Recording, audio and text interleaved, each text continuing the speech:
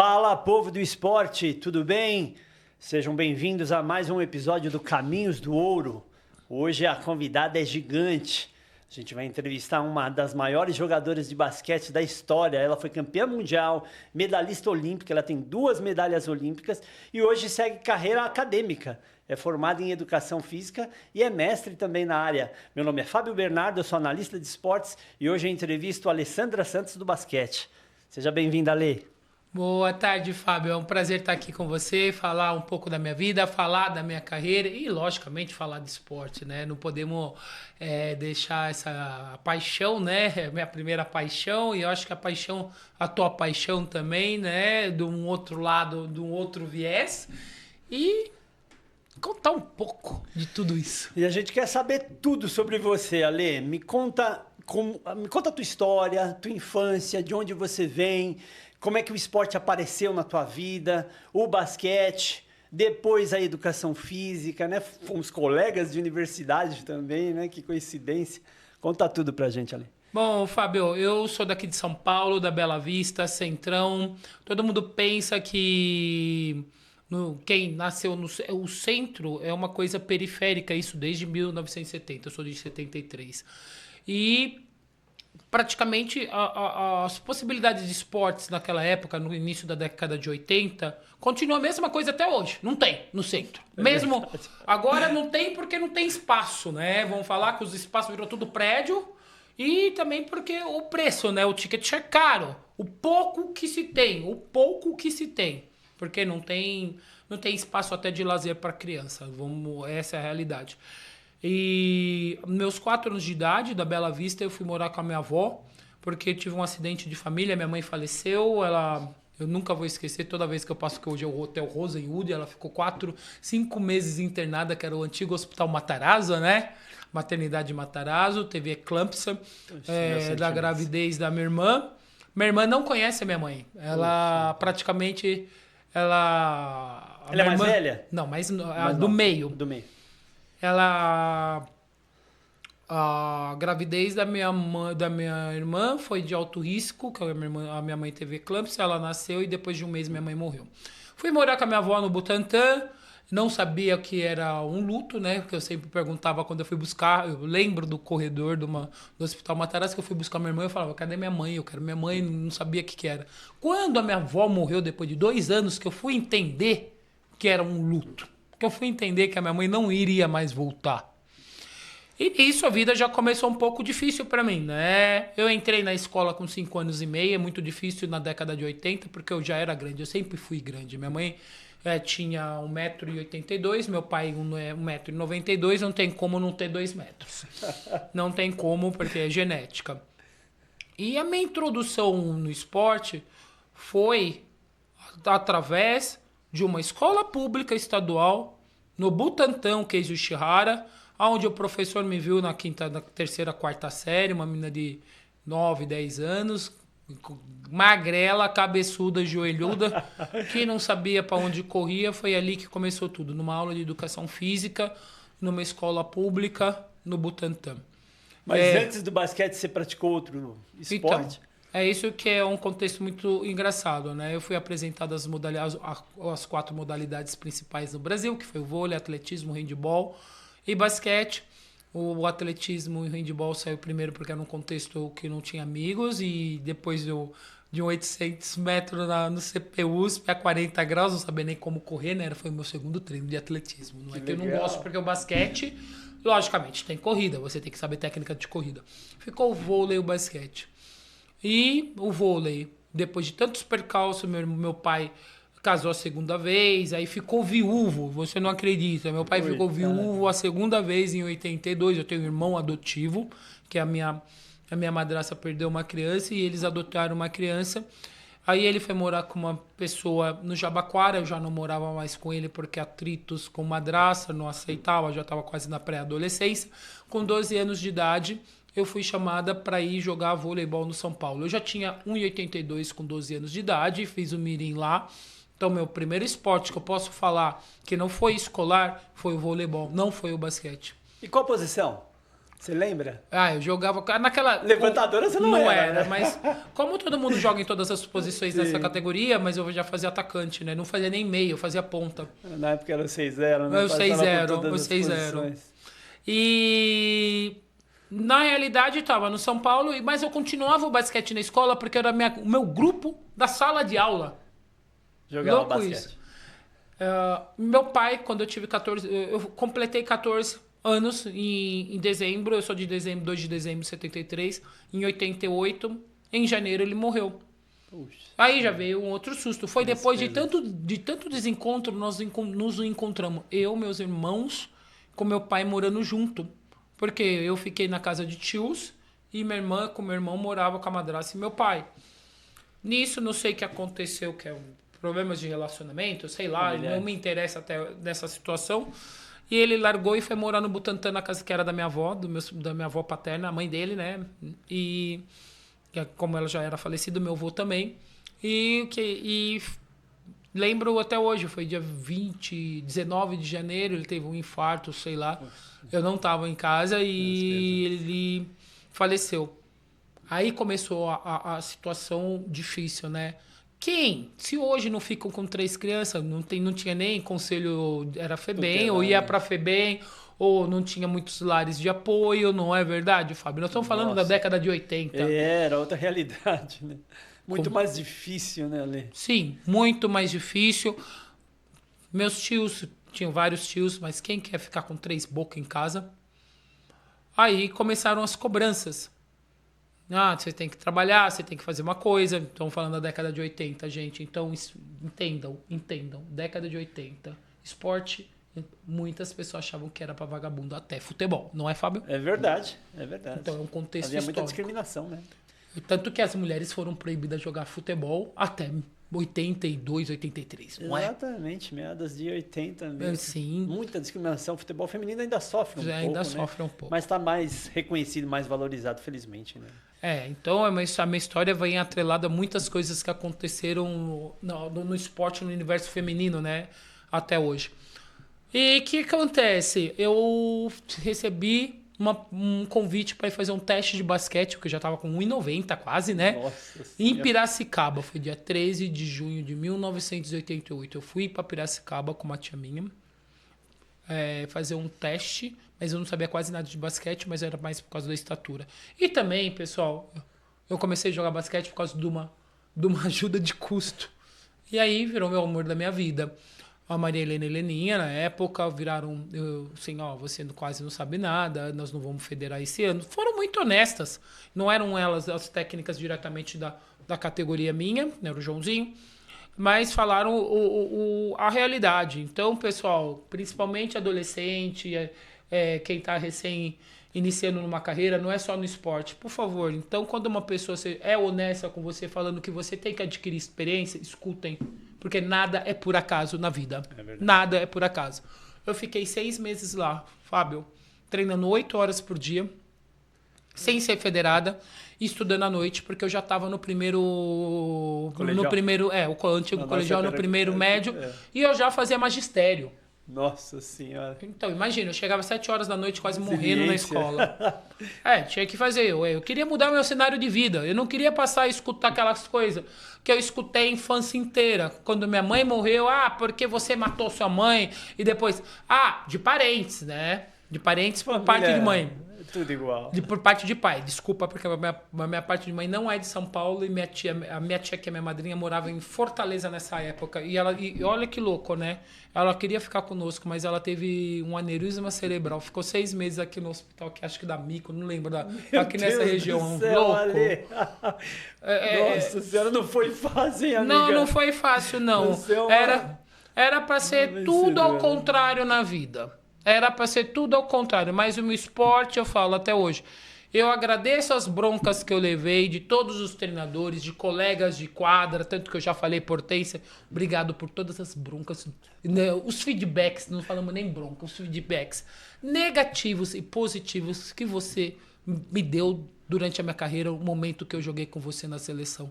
Porque se eu sou hoje aquilo que eu sou, foi ela, a Paula, a Janete, a Marta, o Barbosa. Timaço! o Vendramini, o Pra mim, as melhores Ferreto. da história. Foram todas essas pessoas, o Padre Divo, o Padre Oliva, que depois a República estava cheia em Piracicaba. Eu fiquei até dezembro e em 89 eu fui para Jundiaí. Foi aí que eu comecei a jogar como federada, foi aí que eu comecei a vida como atleta federada. E pivô, né? E pivô, sempre lógico, pivô, sempre né? pivô. Não tinha outra posição, era o que faltava pro Brasil, né? Perfeito, encaixou perfeitamente, né? E Ale, desculpa. E Pode nisso foi que eu comecei, depois de 2 anos de tanta dedicação, 89, 91 foi a minha primeira convocação para a seleção brasileira. Nunca vou esquecer, Olimpíada da Juventude, que foi em Valladolid. Nossa. E fiquei até 2010. Parabéns, hein? E em 94 vocês já foram campeãs do mundo, né? De 91 para 94, de 3 anos depois que você entrou na seleção. Foi 94, né? Que vocês estão comemorando 30 anos do título mundial, né? Foi dia 13 de junho. 94, mas minha primeira seleção foi uma seleção sub-20, foi a Olimpíada da Juventude, então era categoria de base. 92 eu fiz categoria de base. Eu entrei infanto juvenil, fiquei 1 ano. 93 que eu entrei na seleção brasileira adulta. Você lembra do time? Quem jogava com você? Sul-americano de Cochabamba, foi na Bolívia. O time tava... A jogadora, você lembra? Lembro, Marta. Tinha uma mescla, né? Que foi o Mundial Juvenil. 5 do Mundial Juvenil foi para a seleção adulta, que era uma seleção de novos, junto com a Janete, a Marta e a Ruth, a afinada Ruth. Aí tava eu, a Claudinha, a afinada Lígia, que era da Juvenil, Silvinha, aí Cintia Luz, Ellen. Que memória, hein? A Tuyo foi cortada nessa seleção? Talvez sim. Sim, essa era a base da seleção, eu também estava junto. É ali que começou tudo. Aí depois teve a Copa América aqui no Brasil, que foi emocionante jogar. Nunca pensei que eu ia jogar em casa e jogar a Copa América aqui. Nós ficamos em segundo lugar, ganhamos de Cuba, que fazia muito tempo que o Brasil não ganhava de Cuba. Tinha ganhado em 91, o Pan-Americano lá, que o Fidel Castro deu medalha para as meninas e fez aquela brincadeira com a Hortência e com a Paula que não ia dar medalha para elas. E foi aquela seleção que eu te falo, que eu vi na televisão, eu falei, um dia eu quero estar lá. Mas não é só falar, um dia eu quero estar lá, com meus ídolos. Eu fui trabalhar para um dia estar lá. E chegou lá. Parabéns. Minha querida, vamos entrar no primeiro quadro do nosso programa, que é o Conta Comigo. Eu queria sugestões suas para quem quer começar no basquete hoje. Quais são os centros esportivos, os equipamentos públicos ou privados que você indicaria para aquele garoto que tem destreza, para aquela garota que gosta do basquete, iniciar na modalidade? Bom, então, uma coisa que ainda é muito controversa aqui, estamos falando da cidade de São Paulo, então vamos falar a realidade, nós estamos em São Paulo capital, né? Sim. E podemos falar um pouco da região praticamente do ABC, Osasco. Vamos falar a nossa realidade aqui, né? Nós temos o Centro Olímpico, né? O Centro de Excelência, ainda mais para o feminino, só que, pessoal, ele está lotado. Terminou o Bradesco em Osasco. Então, a iniciação, nós estamos com um grande problema. Ter uma demanda, não só feminina, masculina, muito grande, de 8, 9 anos de idade, e não ter locais para praticar. Tem o basquete escolar, lógico, a liga escolar aqui em São Paulo está muito grande, independente se é de escolas particulares, né? E também das escolas públicas, que também contempla com JEBs. Então, essa vivência que eu tive quando eu era quando eu tinha aqui 13, 14 anos, voltou, isso é muito importante.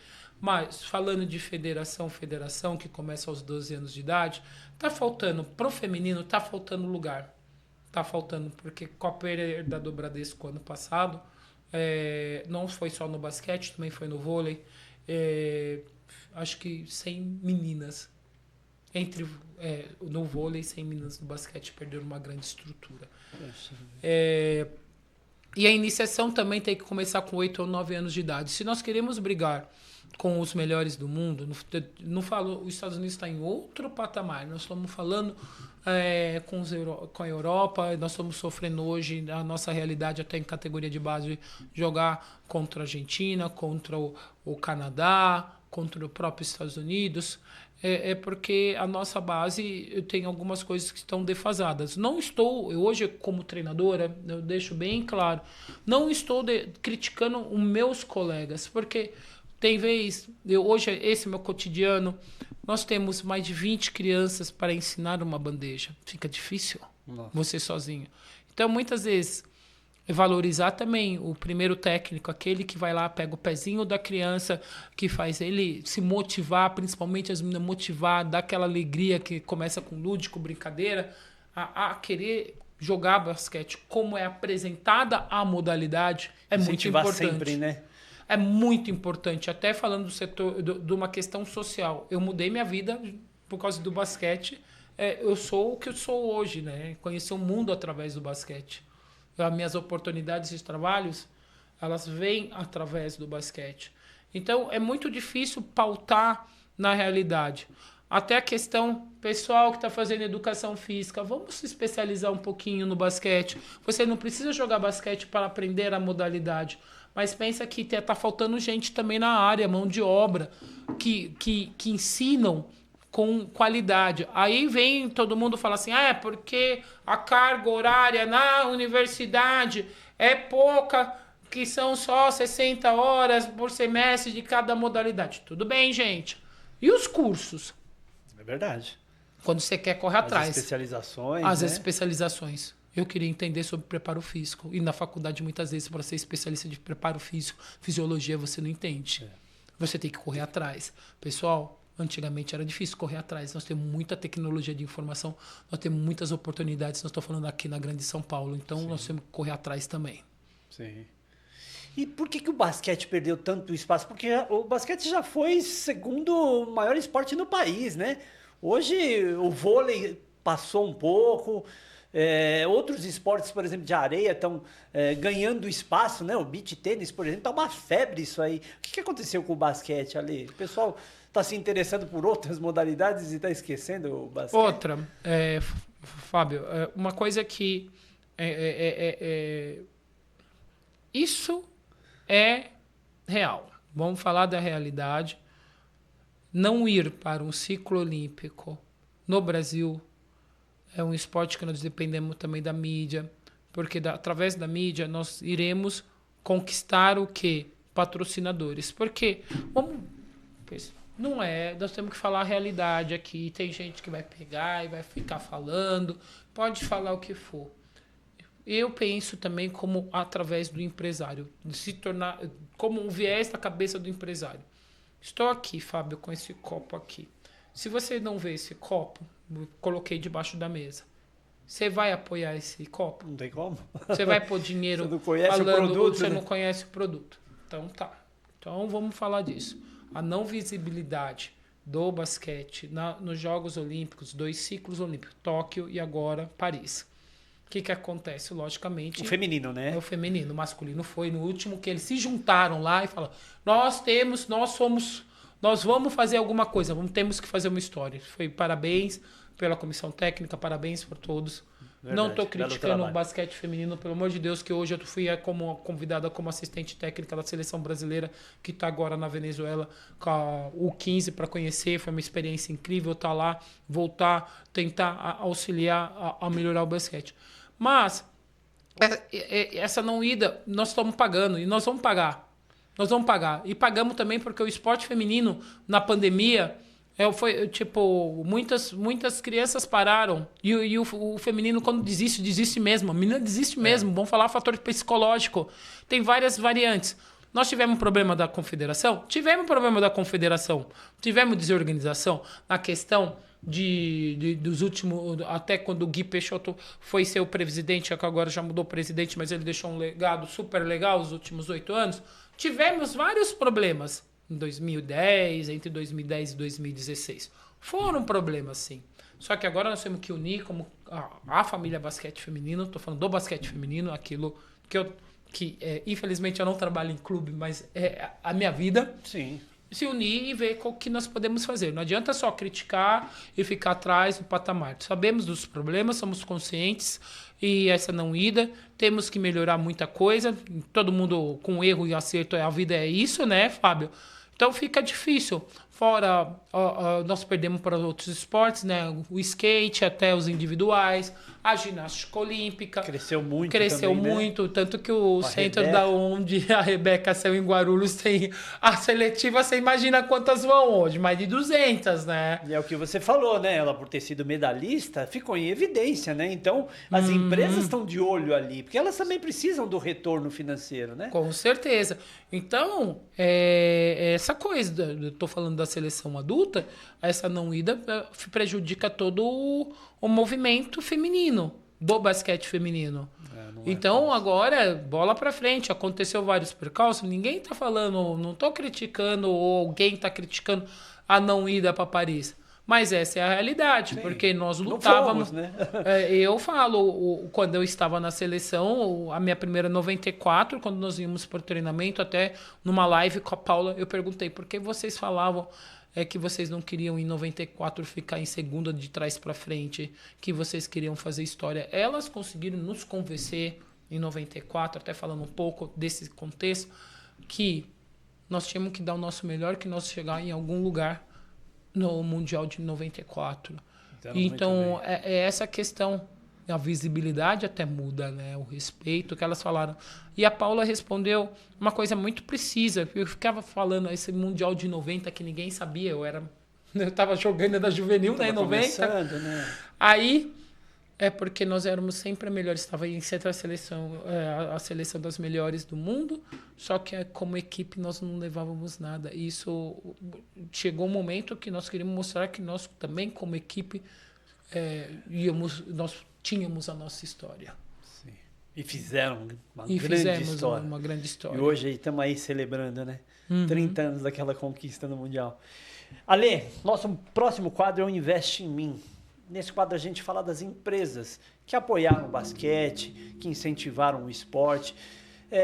Quem que você cita, né, em termos de patrocínio, que sempre esteve do lado do basquete? Você lembra de alguma empresa que te apoiou, que te patrocinou, ou mesmo a seleção, que vale a pena a gente enaltecer? Olha, você comentou do Bradesco, que teve basquete e tal. O Bradesco tinha a categoria de base, né? Teve um time adulto, depois tinha a categoria de base, depois ficou, lembra, na época que era BCN, que era a época Sim. áurea, depois virou Finasa, aí teve a fusão dos bancos, aí virou Bradesco, aí eles já tinham terminado com o adulto, mas ficaram com a categoria de base, né? No basquete. Foi uma época que eu não estava no Brasil, Fábio. Então tem alguns fatores.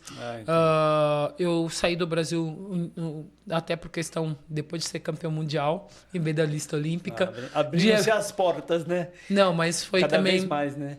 Foi também por causa de que eu não tinha... Teve um ranking em 96, 97, prejudicou muito. 2 jogadoras não podia jogar, tinha que fazer um time. Então, eu saí do Brasil em 27 de dezembro de 1997. Eu fui jogar nos Estados Unidos. Eu fui para a Itália, até por questão de preparação para jogar WNBA, que em 98 eu fui para o Special Draft em Washington, D.C. E eu voltei em 2010, 11 pro Brasil. Então eu fiquei 15 anos de história, até de basquete, de coisas aqui no Brasil. Eu não posso falar muito, porque eu vivi uma realidade totalmente diferente. Eu dou graças a Deus, porque eu joguei nos melhores times na Europa, já fui para uma Final Four de Euroliga 2 vezes, eu fiquei em segundo e quarto lugar. Uau. Fui campeã francesa, campeã italiana, campeã eslovaca, segundo lugar na Liga Húngara. Joguei Copa Itália, fui campeã de Copa Itália, Copa da França, Copa da Eslováquia, terceiro lugar no Campeonato Turco. Você é gigante, Ale. Então, sensacional. Até não é questão de vangloriar nesses títulos. Se eu for falar de algum patrocínio... Trabalhou para isso, né?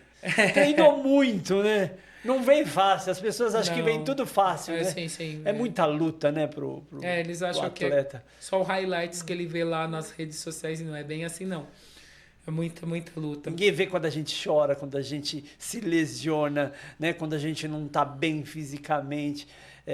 A questão social, né? Porque você viaja muito, né? O atleta está sempre em competições no mundo inteiro, então você perde o contato familiar, perde o contato com os amigos. Às vezes também, quem está no começo da carreira não consegue conciliar com os estudos, né? Eu lembro na universidade que eu tinha muitos amigos atletas, o pessoal não conseguia frequentar o curso. Não. Era muito difícil. Então, Fábio, aí, continuando a pergunta, se eu for falar de algum patrocinador, eu vou estar pecando.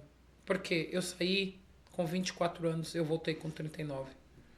E se eu for mencionar um ou outro, eu não passei a carreira aqui, quando eu Entendi. virei adulto.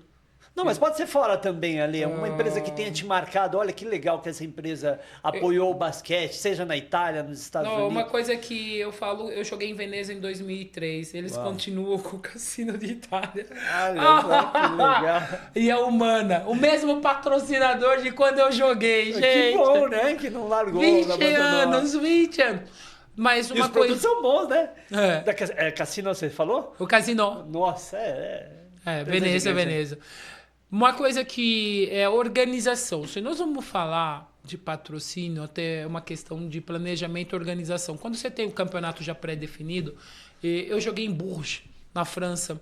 Bourges já foi não sei para quantas Final Four de Euroliga, ganhou umas 4 Euroliga. E eles com budget pequeno, né, perto de outros, tipo na Turquia hoje, antigamente na Rússia, antes da guerra. E eles conseguiram fazer, sempre teve, desde a década de 80 até hoje, eles estão no cenário mundial.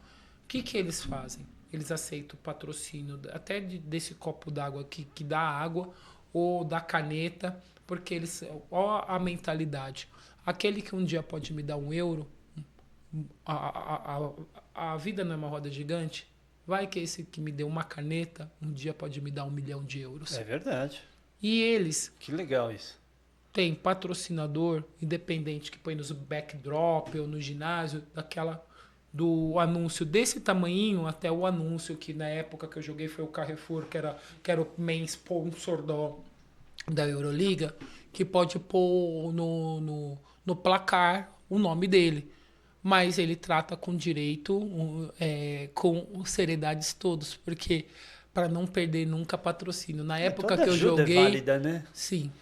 Eles tinham fila de 4 anos de patrocinador. Nós estamos falando Bourges, é uma cidade quase 3 horas de Paris, indo para Lyon. Então aquilo foi uma ideia genial. E também essa questão de o jogador estar com uma coisa que nós temos muita distância aqui no Brasil. O jogador muitas vezes não tá com o público, não tá com o patrocinador. Então, depois do jogo, tinha que tomar... Imagina, Fábio, depois de jogar 40 minutos, tomar champanhe com o patrocinador, saia bêbado. Nossa, para um atleta beber pós-jogo... Ai, você é com fome, com sede. Mas você ia lá, mesmo com a roupa... Não é. Você ia no vestiário, tirava o tênis e ia lá. Ou tomava um banho rapidão e tava lá com o patrocinador, com alguns sócios, com algum... Isso é importantíssimo, esse feedback. Café com patrocinador, eu não falava nem francês. Um dia eu fui tomar café com patrocinador, eu não falo francês, ele faz muito pouco inglês. E saiu o maior bate-papo, até para questão cultural, Fábio. Você conhecer aonde você tá. O Brasil não tem dimensões continentais. O costume que é aqui... Já ali em Campinas é diferente. Sim, é verdade. Já lá em Registro é totalmente diferente. Imagina com outros lugares do mundo, lugares do mundo. E isso me enriqueceu bastante. E a gente aprende muito, né? Uns com os outros, né? Não é só que nem todo mundo agora fica ali nas redes sociais ou no Google, mas a conversa, a comunicação. Eu aprendi demais perante a isso. Na Itália, por exemplo, você ia jantar com o patrocinador depois do jogo. Era sagrado. Que legal. Em Veneza. Você aprendia a língua, eu falo italiano, minha segunda língua é italiano, né? Inclusive, você é poliglota, né? Você fala italiano, espanhol, inglês. Um pouco e russo também. Para entender também a cabeça das pessoas, tentar viver melhor, entender a mentalidade, porque quando você fala de esporte, você tem que entender a mentalidade do seu treinador, do seu companheiro. Nós estamos falando de esporte coletivo. É verdade. Então, isso que eu achei muito legal na minha carreira. Muito, muito legal. Que muitas vezes o que está faltando é esse laço de fazer, em alguns momentos aqui no Brasil, não é o cara tem dinheiro, ele quer pôr marca, mas fazer fidelizar essa marca com esse esporte, ou com essa atleta, ou com aquele atleta, e com a modalidade. E investir no esporte, o retorno é certeiro, né, Ale? Você está investindo em saúde, em promoção de vida, enfim. Hoje a gente não pode escolher muito patrocinador, né? Recentemente a gente entrevistou no nosso programa uma profissional de marketing esportivo, que ela dá, eu vou falar o nome da empresa, ela é da Ocel. Você conhece a Ocel? É uma empresa funerária. Né? É que nem você falou, você tinha que tomar champanhe depois do jogo para o atleta beber, entre aspas, é um pouco contraindicado, porque você tem que treinar, e você tem que estar bem. Mas pra gente, assim, toda ajuda é válida, né? Tem muitas modalidades que precisam de apoio, seja que é, assim, não interessa de quem for. O importante é investir na modalidade para que a modalidade cresça, né? E hoje a gente perdeu um pouco de espaço o basquete, né? Mas vamos entrar no próximo bloco do nosso programa, que é o Toca o Hino. Vamos falar um pouquinho de Los Angeles 2028. Eu acho que você já deu a letra, né? Mas medalha de ouro em Los Angeles vai para quem no basquete feminino? Estados Unidos. Apesar que a França deu uma suadeira, né? Foi 2 pontos, 1 ponto. A França hoje está no patamar de jogar de igual para igual, mas nunca se sabe, né? Mas logicamente, você acha que nós vamos para os Estados Unidos jogar na casa do americana? Quem vai? Feminino e masculino é Estados Unidos. Apesar que, vamos falar, né? Teve esse ano eles suaram pra ganhar, hein? Pô, não foi tão fácil, né? Nem feminino, nem masculino. Eu gostei muito. Que bom, né? Que tá tendo um pouco de equilíbrio, porque lembra do Dream Team? Aquilo foi histórico, né? Acho que... Melhor de todos. Michael Jordan, Magic Johnson, Scott Pippen, né? Você lembra dessa... Sim, lógico. Nossa Senhora. Eu não tava em Barcelona, mas eu tava em 96. Acho que eu cheguei a final... Você chegou a conhecê-los, então? Ou sim. Não? Nossa, joguei a final olímpica no Georgia Dome com 20 mil pessoas assistindo. Nossa. Uau. Nunca pensei... Fábio, imagina, uma pessoa que foi jogar basquete por causa de uma ajuda de custo. Nunca pensou que ia ser federada, pessoal. Nunca pensou que ia jogar na seleção paulista. Foi. Seleção brasileira. Foi. Jogar Jogos Olímpicos, Mundial, ser campeão mundial no primeiro Mundial. Não, eu joguei 5. E o basquete deu tudo isso, né? Olha como o esporte dá oportunidades, pessoal. Sim. Então aproveite. Você que é esportista, que gosta de uma modalidade, se dedica. Vale a pena. A gente entrevistou recentemente também o Ricardo Prado e ele fala hoje... É maravilhoso você viver do esporte de alto rendimento, porque tem muito mais investimento do que tinha no passado. Então não desistam dos seus sonhos, continuem praticando. Né? Inclusive o Ricardo é um grande amigo, né? Apesar que nós não somos das mesmas gerações, a história dele lá de Araçatuba... Gente, ele ia pra piscina, passava o dia inteiro na piscina, gente. E como ele disse, né? É treino, né? Não tem jeito. Não tinha essa coisa de questão de... Não tinha bolsa atleta, pessoal. Não tinha patrocinador de tênis, quem tava começando naquela época. Quantas vezes dormiram debaixo da piscina? Hoje fica em hotel, fica no alojamento. Eu, minha primeira seleção, não reclamo. Fiquei... a piscina do Del Antônia hoje é coberta, é totalmente diferente. O basquete ficava lá no alojamento debaixo da piscina do Del Antônia, lá em Santo André. Tenho memórias maravilhosas, não me arrependo. O DEF aqui em São Paulo, fiquei uma seleção no DEF 4 meses. Babi Barione, né? Babi Barione. Então, foi experiência única na vida. Então, tudo pessoal, valeu a pena, né? Valeu, dormir no aeroporto, não é só glamour não, gente. Tem dia que você dorme no chão do aeroporto, porque no outro dia você vai dormir. Pegar o trem na Rússia com a neve 1 metro de neve, você correndo atrás do trem, na plataforma e jogar a mala. Gente, histórias... Que loucura! Se tiver... Fábio, te falo. Se eu nascesse de novo, queria passar tudo de novo. Independente de bolsa atleta, de patrocínio. Das lesões, das cirurgias, né? Tudo. De querer queimar quadra, de brigar com o treinador, com a companheira, depois voltar, depois não sei o quê. Todo atleta fala isso. Eu vi um documentário do Ronnie Coleman, não sei se você conhece, é um dos maiores fisiculturistas da história. Hoje ele está na cadeira de rodas. Não sabia que ele está na cadeira de rodas. Muitos problemas de coluna, mas o cara levantava toneladas e ele fala exatamente isso. Se tivesse que fazer, fazia tudo de novo, igualzinho. Você acredita? É muita dor, é muito sofrimento, é muito treinamento. Só que as pessoas só veem o glamour, né? Tem o lado bom, claro, né? Por exemplo, o esporte te deu tudo, né? Você viveu na Itália, na França, na Rússia, fala 7 idiomas, foi campeão mundial, tem medalha olímpica, mas não cai do céu, né? A gente tem que trabalhar muito também, né? Então as pessoas têm que saber que tudo na vida tem seu preço. Até para ser uma boa secretária, um bom cientista, um bom professor, tudo tem seu preço na vida. Sim. Não é assim, não vai cair do céu. Você tem que lutar, principalmente, ainda mais que nós somos brasileiros, então a luta é maior. Maior ainda. E principalmente eu fico triste que muitas coisas poderíamos estar muito avante como nação, ainda nós estamos brigando aí por questões bizarras e muita gente não tem acesso à informação, muita gente que está lutando até tirando de São Paulo capital, da região metropolitana de São Paulo, que deveria ter mais chance e não tem ainda. Então, independente se é no esporte ou no acadêmico ou essas coisas. E, então, você que tem todo esse acesso, por favor, pessoal, vamos parar de reclamar. Desculpa. Vamos pegar, eu sei que é duro, que não é fácil, 3 vezes mais é difícil e ficar se lamentando e correr atrás do prejuízo. Fábio, deixa eu te falar, na pandemia, o que eu fui fazer? O povo fica em casa, não fica em casa, festa clandestina, festa não clandestina. Minha irmã do outro lado do mundo, lá em Bérgamo, do lado da cidade que saiu aqueles caixão funerário do militar lá, porque ela mora em Bérgamo, em Treviglio, que é do lado de Bérgamo, do lado de baixo na Baça Bergamasca. A cidade dela, se eu te falar, morreram 30% dos velhinhos. Nossa Senhora. Eu, em vez de fiquei 6 meses dentro de casa, eu fui estudar, fui atrás, tinha se recebido um convite depois da pós-graduação, que eu fiz pós em basquete 3x3 no Comitê Olímpico. E eu fui estudar mesmo, Fábio. Eu cheguei, liguei pra Regina Brandão, minha mãe acadêmica. A baixinha é brava, mas eu gosto dela pra caramba. Falei assim, eu tenho que me apegar a alguma coisa, senão eu vou ficar louca. Do outro lado do mundo, meu primo morando na Polônia, com os filhos lá, a família tudo dividida, as pessoas que eu mais estimo. Minha tia que teve um aneurisma em 1980, que eu não podia ter contato de ninguém em Campinas, eu peguei, vou estudar. Fez muito bem. Me enfiei, fiz o mestrado.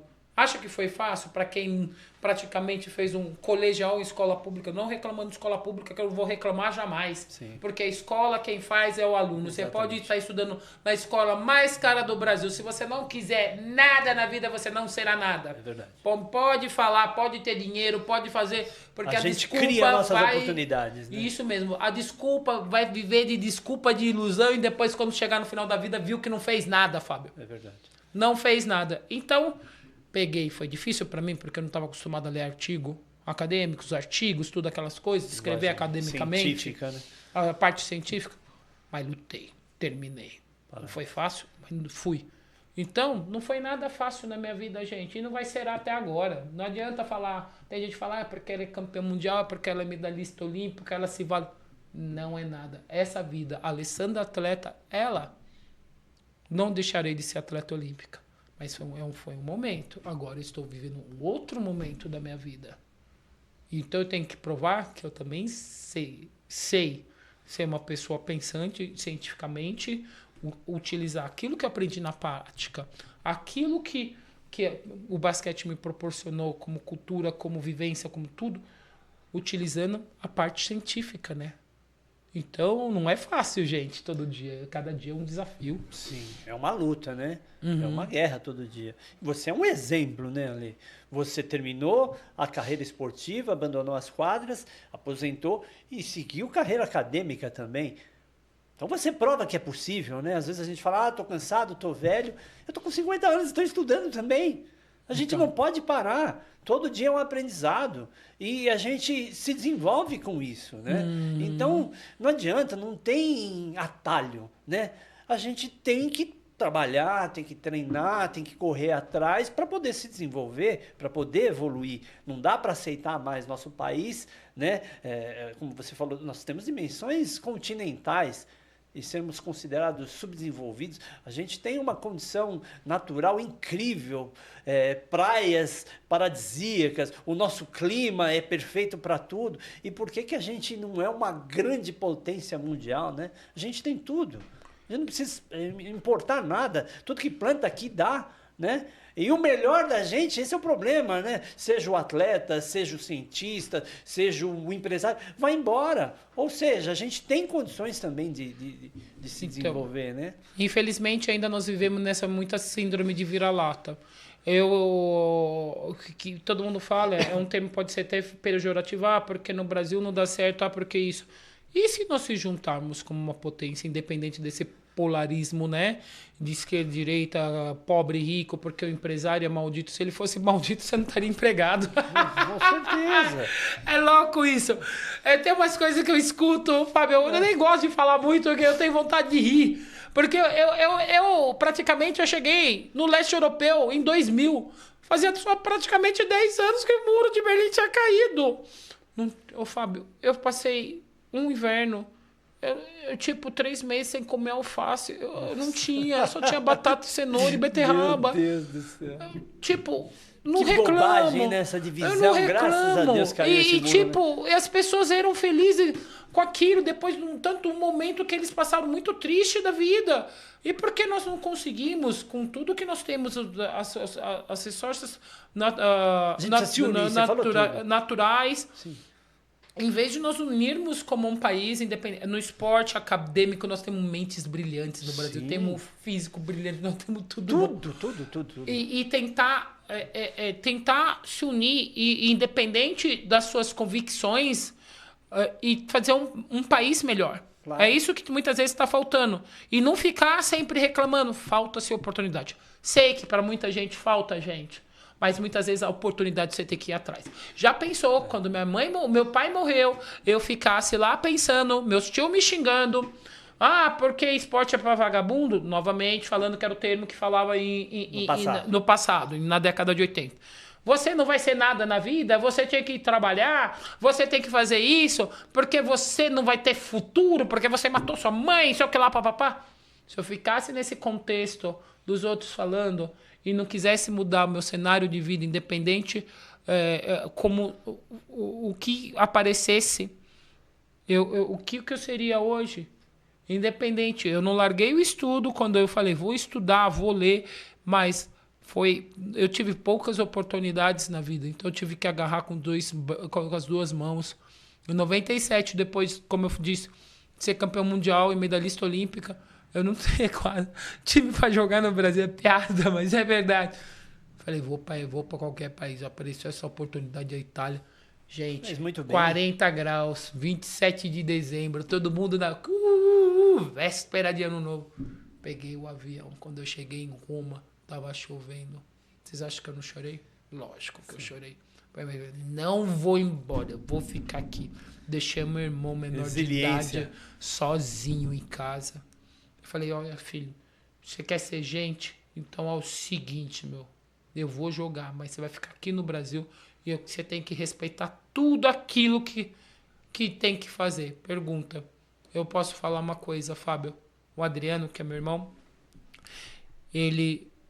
Lógico, todo mundo é adolescente, tem uma traquinagem, mas ele nunca desrespeitou, Fábio. E eu do outro lado do mundo. Podia fazer o quê? Fazer festa todo dia em casa, viver a vida louca de adolescente, né? Mas também, como é que vai desrespeitar uma mulher desse tamanho? Eu tenho orgulho dele, que até hoje eu ensinei ele a cozinhar, ensinei a fazer bolo. Hoje eu não faço bolo quando eu chego na casa dele, ele com a filha. Olha, eu fiz aquele bolo que você me ensinou a fazer quando eu era criança. Olha, que legal. Louco isso, né? Maravilhosa. E outra, necessidade faz o sapo pular também, né? Você não pode... Você tem que ter autonomia, você tem que ter iniciativa, independência, senão você fica estagnado, né? É bom a gente passar por dificuldades, né? Sim. Porque a gente se reinventa, né? É o que você falou, eu não posso ficar esmorecendo, eu não posso ficar chorando. Eu tive que seguir em frente e fez muito bem. Parabéns de ter ido para a Itália, para a França, para a Rússia. Olha como isso te ajudou, não só esportivamente, mas culturalmente, né? Que legal, que bela É a mesma carreira, coisa. que bela trajetória ali. A minha irmã, né?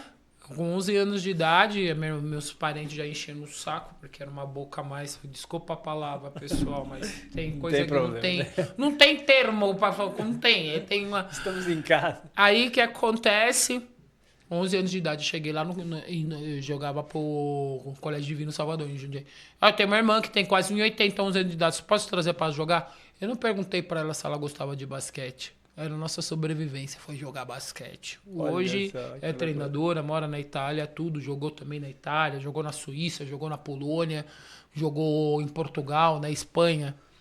Que legal, foi uma oportunidade, então, né? Foi uma oportunidade. A única, não saber nem jogar basquete, não saber nem correr. Que legal, que coisa. Então, é isso a vida, gente. História real da vida. Não, muitas vezes romantizam muito, mas essa é a história real da vida.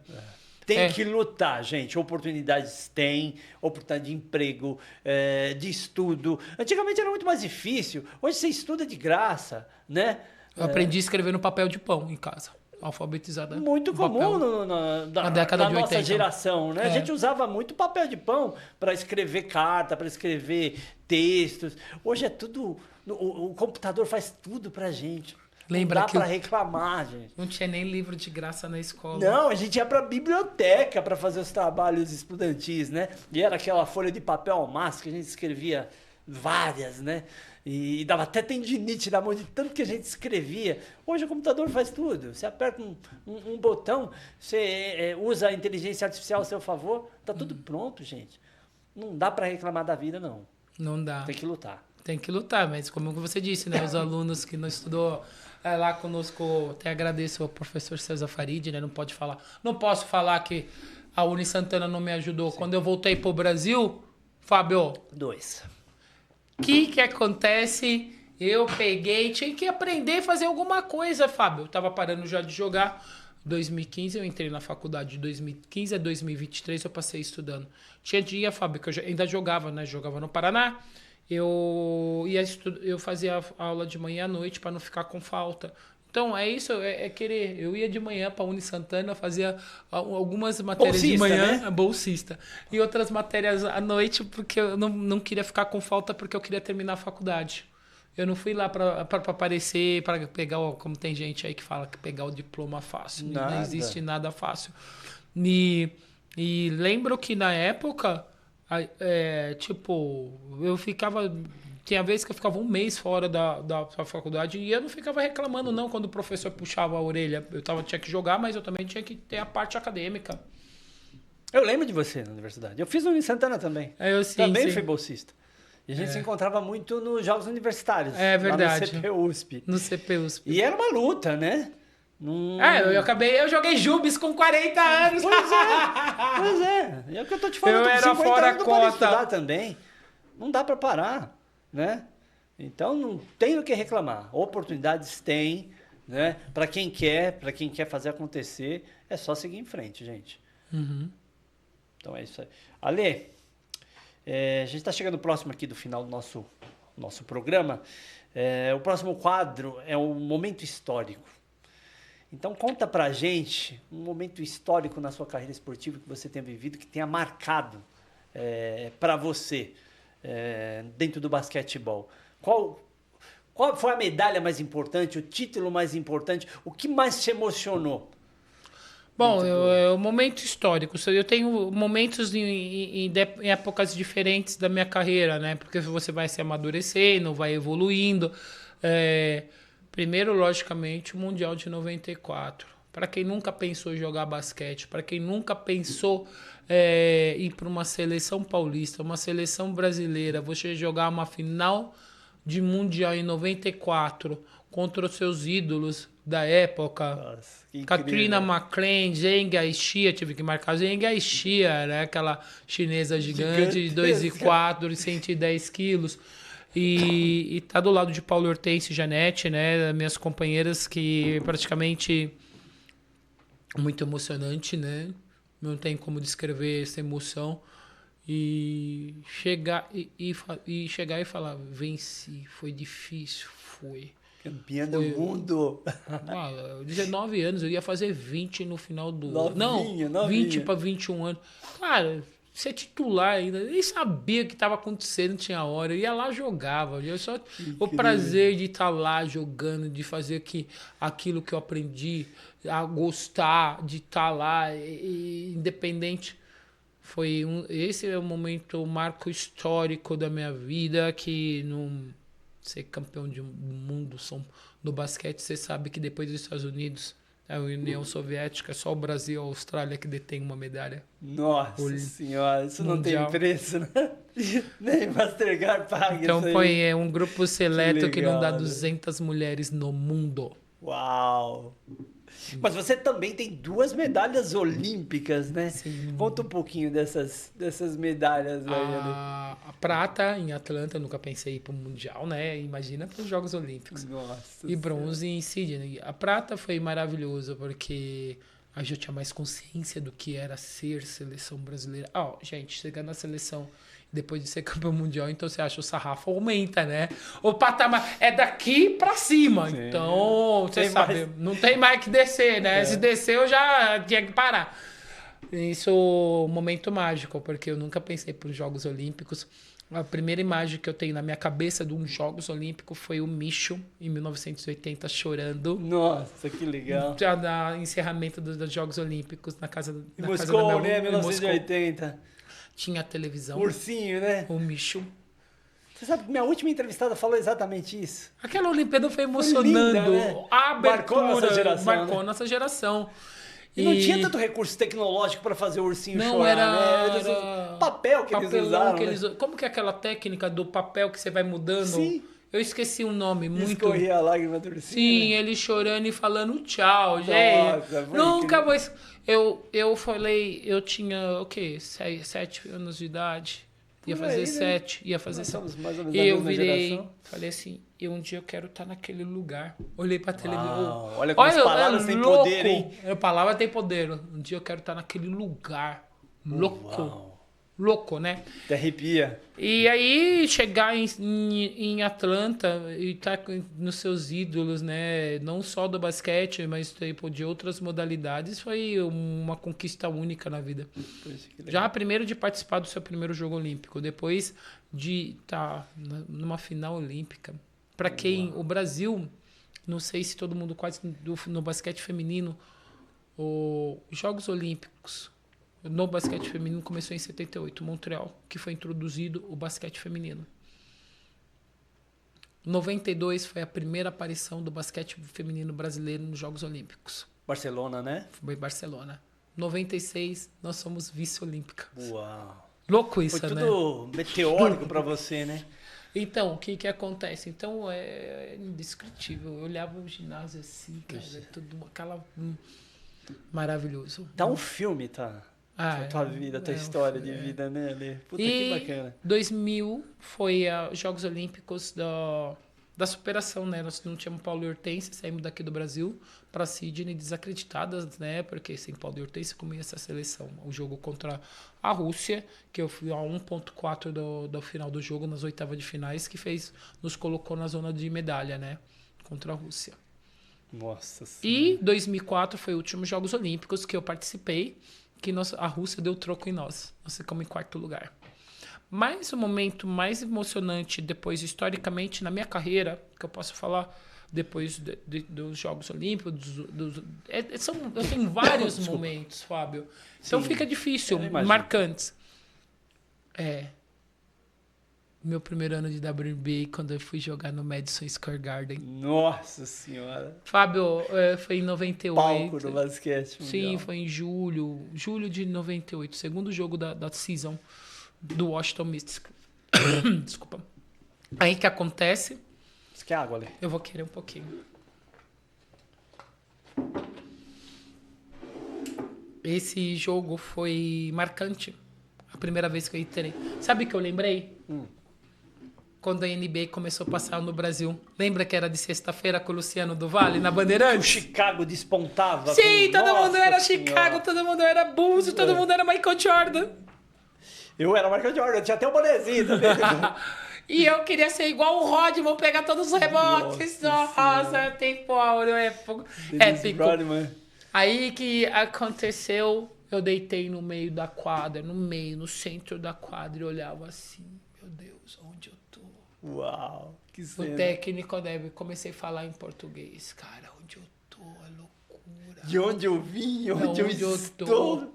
É de onde Que eu loucura. vim, da Bela Vista, da praça... 14 bis, 130, o prédio 130, eu não vou falar apartamento. É onde eu tô.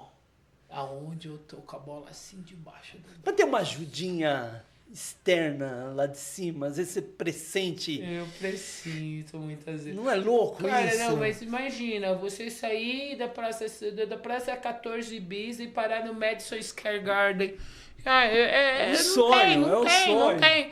Gente, já tá jogando lá e eu pensar, lembrar do Akinjo Olajuwon, lembrar de todo mundo.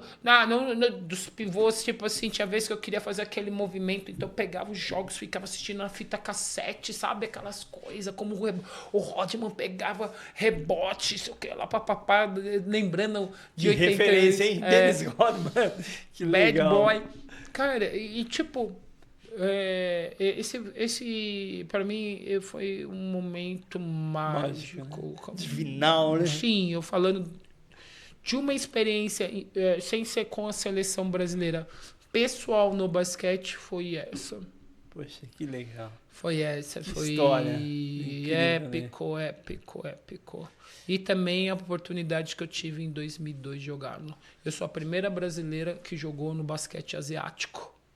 Uau. Foi tremendo. Chegar e jogar em Seul, no Uribank Team. Também maravilhoso. Viver em Seul, cara. Um momento único da vida. E você se adaptou bem à gastronomia, à cultura, ao clima? A cultura, o clima, sim. A gastronomia não, porque eu tive intoxicação. Eu não como pimenta, não posso comer pimenta. Eu vou descobrir lá. E tudo lá é muito apimentado, né? Sim, até aqui, comida brasileira com pimenta eu não como. Alérgica, né? Uhum. Poxa vida. Mas foi divino, maravilhoso. Ale, estamos finalizando. Temos um pouco mais de 5 minutos aí. Recentemente a gente fez um grande evento junto, né? O Bate-Papo Olímpico no Céu. E você recebeu uma medalha de papel de uma aluna. Conta um pouquinho dessa história pra gente. Não, foi muito engraçado, Fábio, porque nós chegamos lá no céu, né? E a menina, tipo, todo mundo mostrando a medalha, levamos as medalhas, né? Todos os atletas que estavam lá, presente, né? E a menina vira pra mim e fala assim... Eu mostrei a medalha, deixei pegar tudo. Eu tenho um presente pra você, você vai querer? Falei, sim. Lembra? Ela não... Lembro, nossa, foi incrível. E ela pequenininha, eu te conhecia, sou tua fã.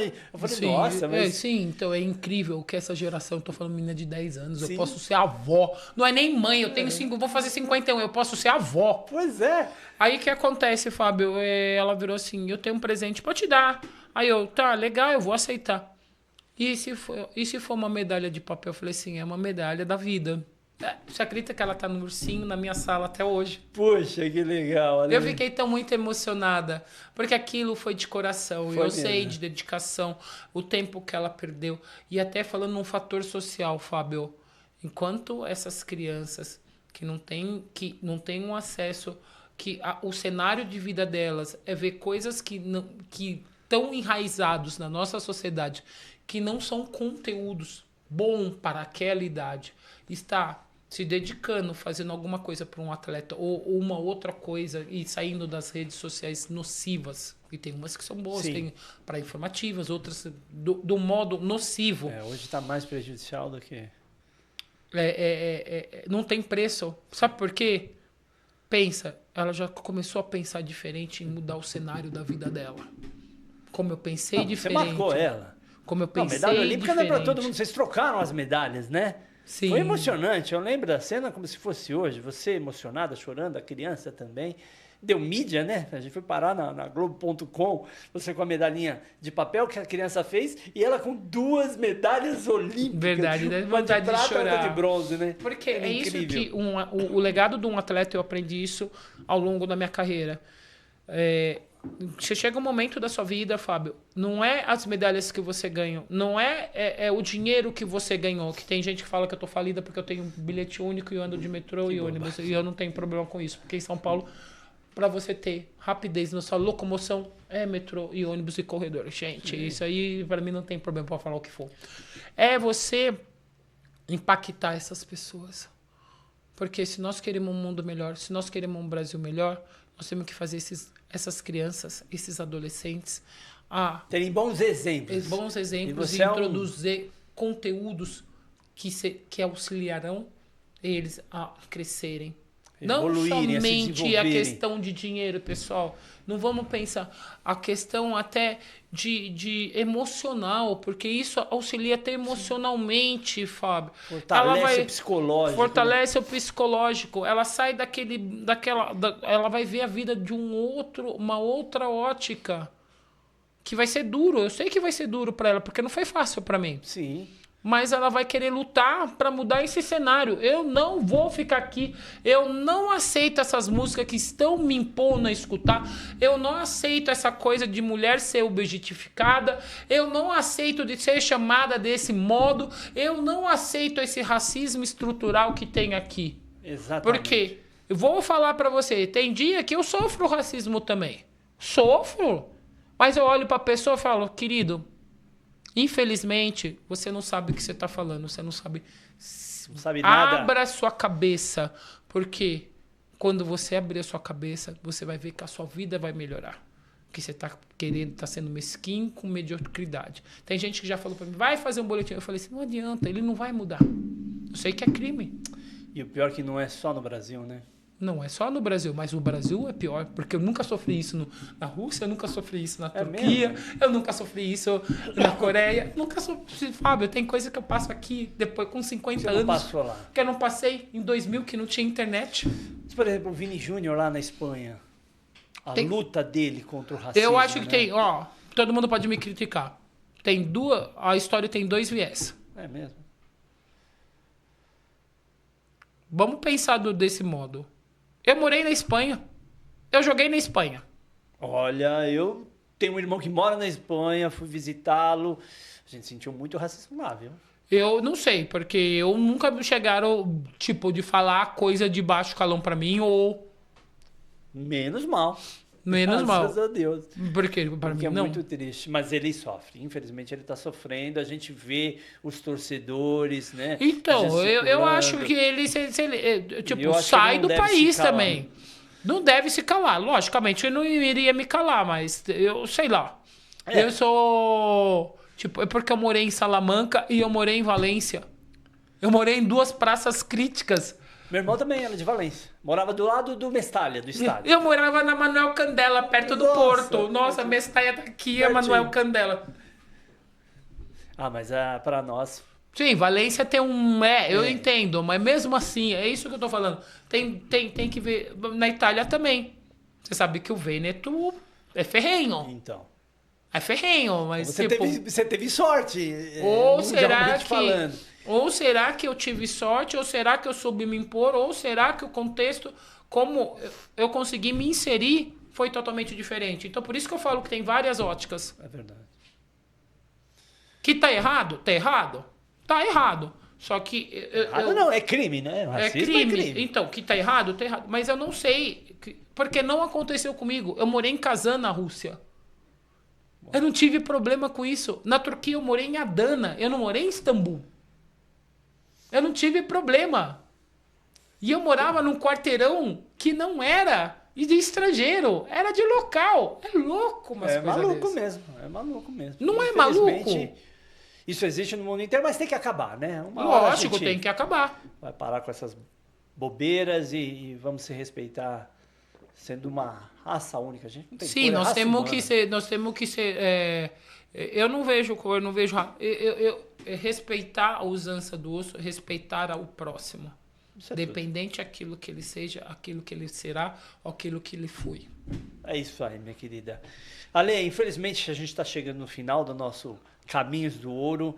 Foi uma honra te receber. Muito obrigado por você ter vindo. A tua história, a tua trajetória é linda, é maravilhosa. Você é exemplo para muita gente, para todo mundo. E eu queria agora saber tuas considerações finais, tuas palavras finais para a gente encerrar nosso episódio de hoje.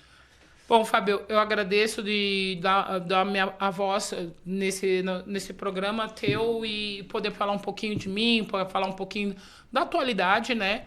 E que eu quero passar pro pessoal, tipo, seja genuíno, seja você mesmo, independente do que falam pra você, acredite no seu potencial.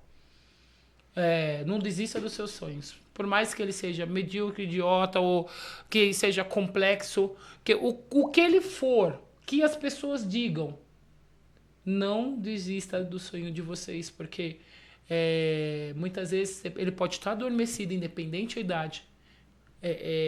Ele pode ser realizado, mas tem que ter muita paciência, muita resiliência, muita determinação e muito foco.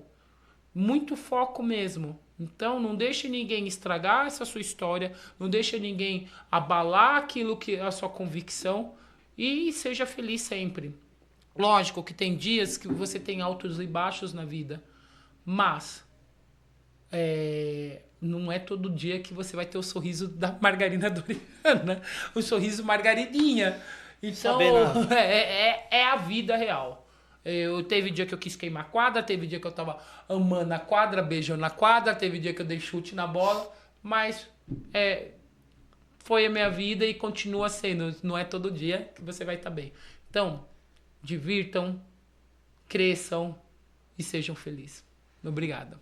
Belo recado, minha querida. Posso deixar o meu Instagram? Pode, por favor. Pessoal, eu só uso Instagram, eu sou meio pré-histórica, porque todo mundo tem 20 mil redes sociais. Ale13 Basket, se quiser entrar em contato comigo. Basket é cesta em inglês, B-A-S-K-E-T. Ok? Beijão. Valeu, Ale. Valeu, pessoal. Até o próximo Caminhos do Ouro. Um abraço a todos. Foi ótimo, Fábio.